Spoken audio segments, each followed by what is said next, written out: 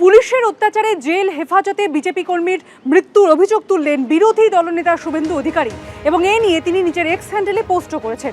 সেখানে তিনি লিখেছেন, গত 4 জুন তৃণমূল বিজেপির সংঘর্ষের পর পশ্চিম মেদিনীপুরের ডেবরার বাসিন্দা সঞ্জয় বেরাকে পুলিশ গ্রেফতার করে, তাকে জেল হেফাজতে পাঠানো হয়। পরে তাকে মেদিনীপুর মেডিকেল কলেজে ভর্তি করা হয়। এরপর 11 জুন মেদিনীপুরের প্রেসিডেন্সি জেলে ফিরিয়ে আনা হয়। ফের তাকে পিজি হাসপাতালে পাঠানো হয়। মঙ্গলবার তার মৃত্যু হয়েছে। তার অভিযোগ, পড়ে গিয়ে ওই ব্যক্তি মাথায় চোট বলে কারণ দেখাচ্ছে পুলিশ। বিভাগীয় তদন্ত বা সিবিআই তদন্তের দাবি করেছেন বিরোধী দলনেতা।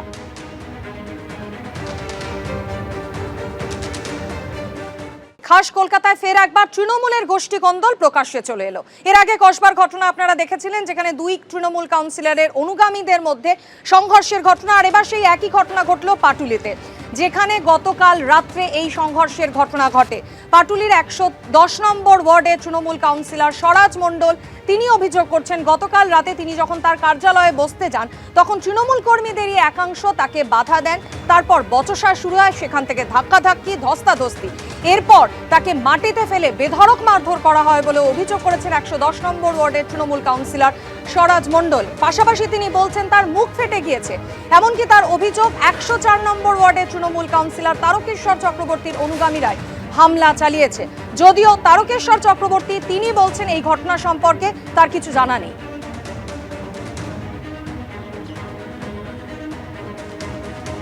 কলকাতা পুরসভার 110 নম্বর ওয়ার্ডের কাউন্সিলর স্বরাজ কুমার মণ্ডল তিনি নিজেই আক্রান্ত তার নিজের দলের কর্মী সমর্থকদের হাতে, এবং এমনটাই অভিযোগ। এবং এই সময়ে তিনি কিন্তু চিকিৎসাধীন বাঙুর হাসপাতালে, তার স্বাস্থ্য পরীক্ষা হচ্ছে।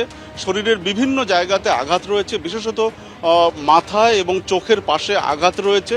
যেমনটা তিনি বলছেন যে তিনি এদিন রাত্রি 9টা নাগাদ তার তারই কার্যালয়ে বসতে গিয়েছিলেন এবং সেই জায়গাতে বাধার মুখে পড়েন। এখানে এই একই কার্যালয়ে বসেন স্থানীয় বিধায়ক, তিনিও বসেন এবং এই জায়গাতে বসতে গিয়ে তিনি বাধার মুখে পড়েন। যেমনটা জানাচ্ছেন যে 104 নম্বর ওয়ার্ডের কাউন্সিলর তারকেশ্বর চক্রবর্তী, তার অনুগামীরা, তার লোকজন হঠাৎ চড়াও হয় স্বরাজ কুমার মণ্ডলের উপরে, বেধড়ক মারধর করা হয়, ফেলে পেটানো হয়, এমনটাই অভিযোগ। এবং তিনি অভিযোগ করছেন যে এই আলাদা একটা দল করা হয়েছে এই ওয়ার্ডের মধ্যে এবং তারাই মারধর করেছে। শুভজিৎ ব্যানার্জি আমাদের যুব সভাপতি, ওর দ্বারা এটা পুরোটাই হয়েছে এবং ও সবাইকে একে একে ডেকেছে। সবাই এসে কটূক্তি বা বিভিন্ন ধরনের প্ররোচনামূলক নোংরা ভাষা বলছিল, আমি কিছু বলিনি। তারপরেতে পঙ্কজ বড়ুয়া, ওয়ারিশ সর্দার আর বাবুচন্দ্র তিনজনে আমাকে ফেলে মারে এবং বাবুচন্দ্র ফটোগ্রাফি করে এবং আমাকে প্রথমে পঙ্কজ মারধর করে, তারপর ওয়ারিশ ধরে মারধর করেছে এবং করে আমার এই জায়গাটা ফাটিয়ে দিয়েছে এবং আমাকে অন্য খুশি কিলচর সবই মেরেছে। ওদের বক্তব্য হচ্ছে আমি কেন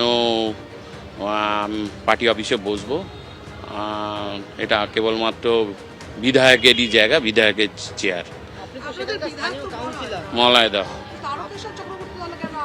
তারকেশ্বর চক্রবর্তীটাই টোটালি এই যে অ্যান্টি সোশ্যালদের যে গ্রুপটা আমার ওয়ার্ডেতে অশান্তি করছে, পুরোটা তারকেশ্বর চক্রবর্তীর নেতৃত্বেই হচ্ছে। যদিও সমস্ত অভিযোগ অস্বীকার করেছেন তারকেশ্বর চক্রবর্তী। তিনি জানিয়েছেন সন্ধ্যে থেকেই তিনি অরূপ বিশ্বাসের সঙ্গে ছিলেন, এই ঘটনার বিষয়ে তিনি কিছুই জানেন না। ক্যামেরায় অজয় দাসের সঙ্গে সত্যজিৎ বৈদ্য, এবিপি আনন্দ, কলকাতা। পাটুলির এই ঘটনায় যে তৃণমূল কাউন্সিলরের অনুগামীদের বিরুদ্ধে হামলার অভিযোগ, সেই 104 নম্বর ওয়ার্ডের তৃণমূল কাউন্সিলর তারকেশ্বর চক্রবর্তী দাবি করেছেন এই ঘটনা সম্পর্কে তার কিছু জানা নেই। অন্যদিকে যার অভিযোগ, অর্থাৎ 110 নম্বর ওয়ার্ডের তৃণমূল কাউন্সিলর স্বরাজ মণ্ডল বলছেন তারকেশ্বর চক্রবর্তীর অনুগামীরাই এই হামলার ঘটনায় জড়িত। এর পাশাপাশি আপনাদের জানিয়ে রাখি, যাদবপুরের বিধায়ক দেবব্রত মজুমদার বলছেন তিনি এই মুহূর্তে কলকাতার বাইরে রয়েছেন, তার কাছে এখনই এই সম্পর্কে কোনো খবর নেই। কলকাতায় ফিরে তিনি খোঁজ খবর নিয়ে দেখবেন।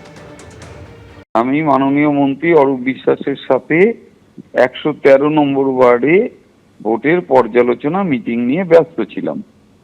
তারপরে ওখান থেকে আমি সোজা বাড়িতে আসি। বাড়িতে আসবার সময় শুনি এই ঘটনা। তা ওর রাগের কারণটা আমি বুঝি। ওর অঞ্চলে বেআইনিতে রমরমা করে ফেলেছিল। আমরা সমস্ত কেন্দ্রীয় প্রজেক্ট, গরিব মানুষের প্রজেক্ট, সেই প্রজেক্টে 3 তলা বাড়ি বেআইনি করা শুরু করেছিল। আমরা সমস্ত বিল্ডিং আটকেছি, কারণ কেএমডিএ প্রজেক্ট ওইভাবে করা যায় না। যেখানে যা পারছে করছে, পুকুর দখল, বাড়ি দখল, মানে ওরা অত্যাচার করে শেষ করছে ওই ওয়ার্ডটাকে পুরো ডুবিয়ে দিয়েছে এই ছেলেটা। দলীয় নেতৃত্বের কাছে আমার এটাই অনুরোধ, একে ক্ষান্ত না করলে ওখানকার মানুষ তিতে বিরক্ত। এসবি আছে, আইবি আছে, পুলিশ আছে, তাদের কাছ থেকে দলীয় নেতৃত্ব রিপোর্ট নিলেই বুঝতে পারবে আজকের এই ঘটনার পেছনে আমরা আছি কি নেই। আমার কাছে এরকম কোনো ঘটনা জানা নেই, এরকম কোনো ঘটনা ঘটে সেটা অনভিপ্রেত। আমি একটু কলকাতার বাইরে আছি, গিয়ে আমি দেখছি ঘটনাটা কি হচ্ছে।